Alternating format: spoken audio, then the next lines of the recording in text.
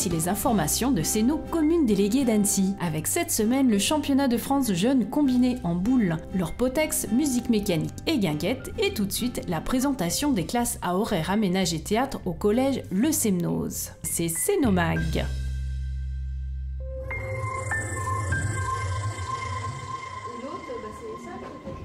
Eschyle, Brecht, Pomera ou encore Colin Serrault, autant d'auteurs que les élèves de la Chatte travaillent toute l'année.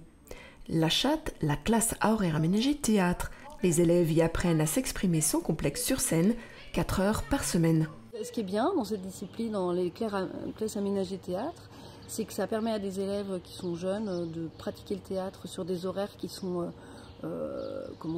agréables pour eux, sur des horaires en semaine, pas le soir, à des horaires pas possibles. Ça leur laisse le temps de faire leurs devoirs et de pratiquer une discipline qui leur plaît, dans des bonnes conditions, et puis d'avoir une idée de progression sur plusieurs années, puisqu'ils ont 4 ans de collège, et peut-être après de leur permettre de continuer de pratiquer cette discipline au lycée, en horaire aménagé également, et puis de passer cette option au bac, et puis plus si affinité. On a 4 heures par semaine, avec un intervenant, 2 heures, on a le lundi nous. Et on a aussi notre prof de français qui nous fait des cours de théâtre. Et ça nous fait 4 heures de théâtre et on monte un spectacle pour la fin de l'année.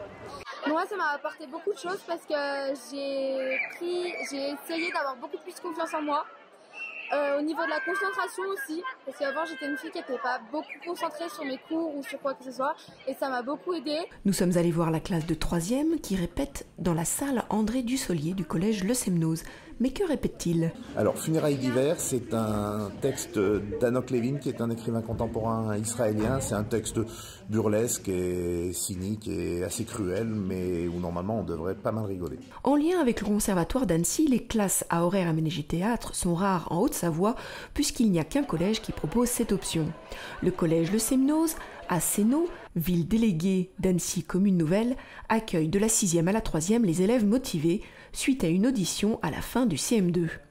Quand j'ai vu que le collège de Semnoz proposait une classe théâtre, j'ai été tout de suite intéressée parce que je savais que ça allait m'apporter des choses et c'est pas forcément pour devenir comédienne plus tard.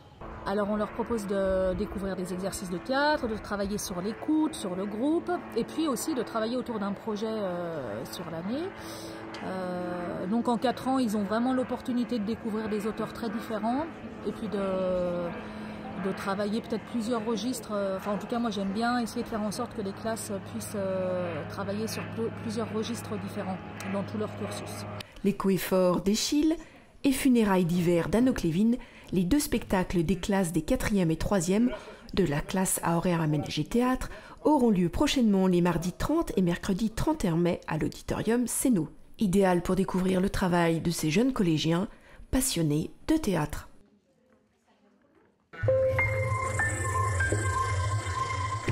Tirer et pointer, ces jeunes savent faire, puisque les meilleurs boulistes français étaient à Séno les 13 et 14 mai dernier pour le championnat de France jeunes combiné.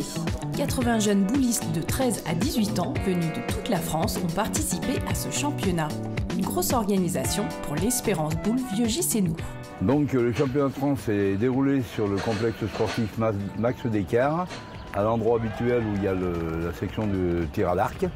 Et donc la municipalité de Séno et les services techniques de la commune nouvelle d'Annecy nous ont grandement aidés en préparant le terrain et en nous emmenant tout le matériel possible pour faire ce championnat de France. On est allé jusqu'à amener 2 tribunes de 150 places et ça nous a bien servi parce que hier au moment des finales c'était très complet. Et on a compté à peu près 500 personnes autour des jeux. Nous avions une joueuse de l'Espérance Boule de Biologie qui participait à la compétition. Malheureusement, elle s'est inclinée au barrage de la première journée et elle a perdu donc en Coupe de France aussi. Les autres joueurs ont pu donner la main aux organisateurs, comme Lucie Deloche, jeune bouliste de l'Espérance Boule Vieux-J. Il y a eu beaucoup de préparatifs avant, donc on s'est occupé de tracer les terrains, la mise en place des barrières, les panneaux pour les joueurs dans le cadre et ailleurs, ainsi que les plaquettes. Ensuite, la table de marque donc avec la fédération pour la mise à jour des scores des panneaux extérieurs. J'étais responsable d'accueil pour le championnat de France. Voilà, donc chargée de l'accueil des joueurs, des managers, les délégations ainsi que les nombreux spectateurs qui sont venus durant le week-end. Un magnifique week-end et on a été vraiment gâtés. Donc une belle organisation, les gens sont contents, donc nous on est contents. Le dimanche, les finalistes du championnat et de la coupe ont été applaudis par tous les participants. Bravo à Pierrick, Ophélie et Pauline qui font la fierté de leur famille et de leur club. Hier, j'ai perdu en poule. Après, j'ai perdu au barrage contre Clément Sèvres. Et du coup, j'ai fait la Coupe de France ce matin. Et le vainqueur de cette Coupe G-18 de Chalamont dans l'Ain, managé par Rachel Ildiz, Benoît Pierrick.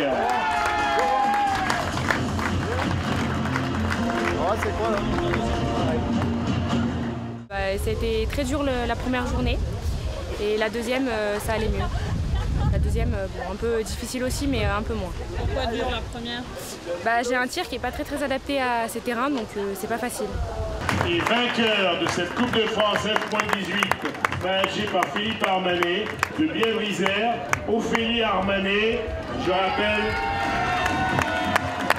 Ophélie Armanet était déjà championne de France l'an dernier, mais en moins 15.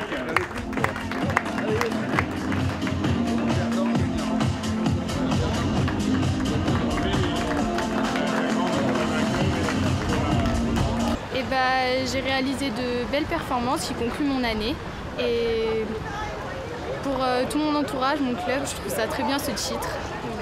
Pauline Gouillou qui fait une exceptionnelle saison.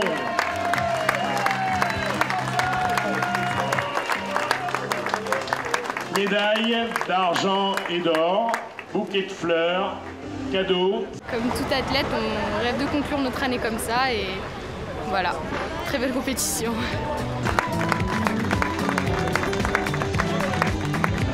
Et le régional de l'étape, puisqu'il est de Haute-Savoie, de Rugny, il est managé par Matzega Michael. Je vous demande de faire une ovation à Timothée Buzino. Tous les résultats sont visibles sur le site de l'Espérance Boule Vieux-Giceno. Bravo à toute l'équipe de l'Espérance Boule pour l'organisation de ce très beau tournoi.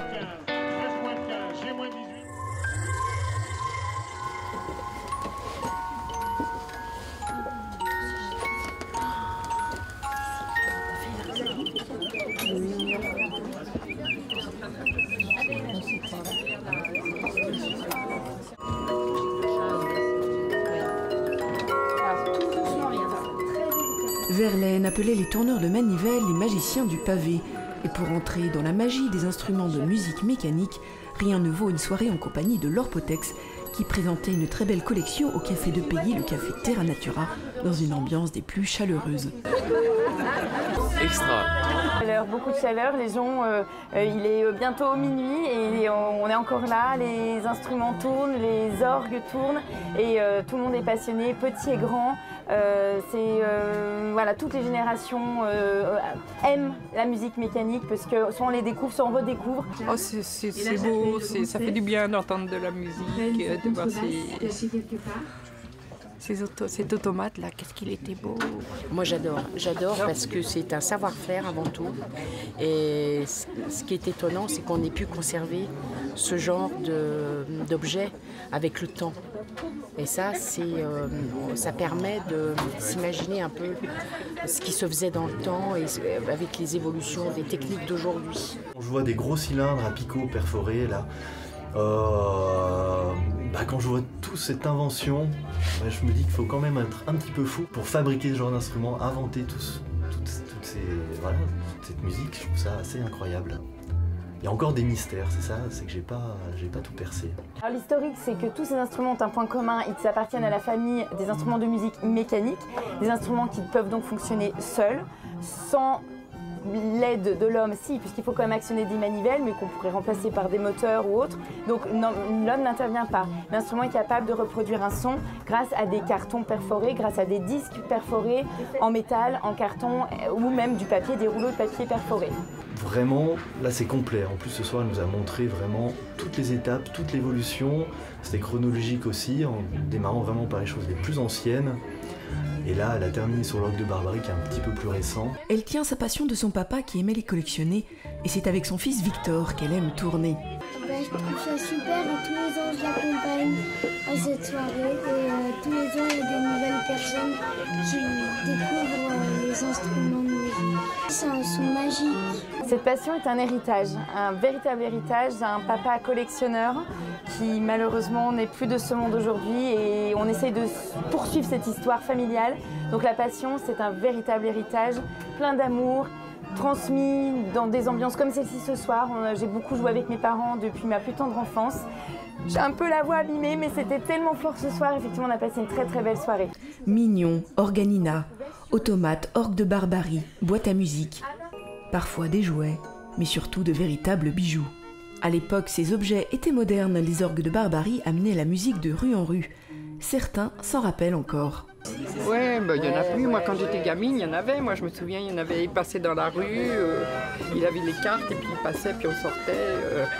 Moi, quand j'étais petite, moi, je m'en souviens des orgues de Barbarie. Il y en avait un qui passait régulièrement de temps en temps et puis on sortait, puis on allait chanter avec lui. La soirée s'est prolongée en chansons avec Laure Potex à la voix, Stéphane Jacquet à la contrebasse et Roland comme invité à la manivelle.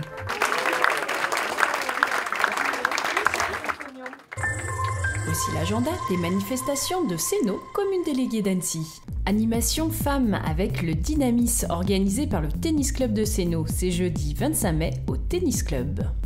Attention, fermeture du service état civil au public du samedi 27 au lundi 29 mai inclus en raison d'une formation des agents. Samedi 27 mai, tout petit Uli à 10h30 à la médiathèque, spéciale Raconte Tapis, pas tout fait. Inscription au 04 50 33 45 32. Attention, travaux route des Creuses. La route sera fermée à la circulation la nuit du 29 mai au 2 juin. La circulation des véhicules est interdite de 21h à 6h du matin. Exposition des ateliers artistiques du Polyèdre du lundi 29 mai au 24 juin. Du 1er au 30 juin, exposition des œuvres des enfants ayant participé au concours Acrolivre à partir de l'album de PEF. Venez découvrir une galerie de portraits colorés et originaux. Exposition visible à la médiathèque de Sénaux. En même temps, vous pourrez visiter l'exposition autour des jeux de mots, conçue à partir d'œuvres de Pierre-Élie Ferrier d'IPEF, en partenariat avec l'Artothèque de la médiathèque Bonlieu. Une visite guidée aura lieu samedi 3 juin à 10h30. Le Polyèdre vous propose une activité marche nordique les jeudis de juin de 18h à 19h30 pour les débutants et les vendredis de 18h à 20h pour les initiés. Renseignements et inscriptions auprès du Polyèdre. Et réservez vos places pour Métis 3, une création de la compagnie Calabash. Danse, musique et dessin animé à partir de 5 ans. C'est vendredi 16 juin à 20h30 à l'Auditorium Sénaux. Sénomag est déjà terminé, mais retrouvez les anciens Sénomag sur notre page YouTube.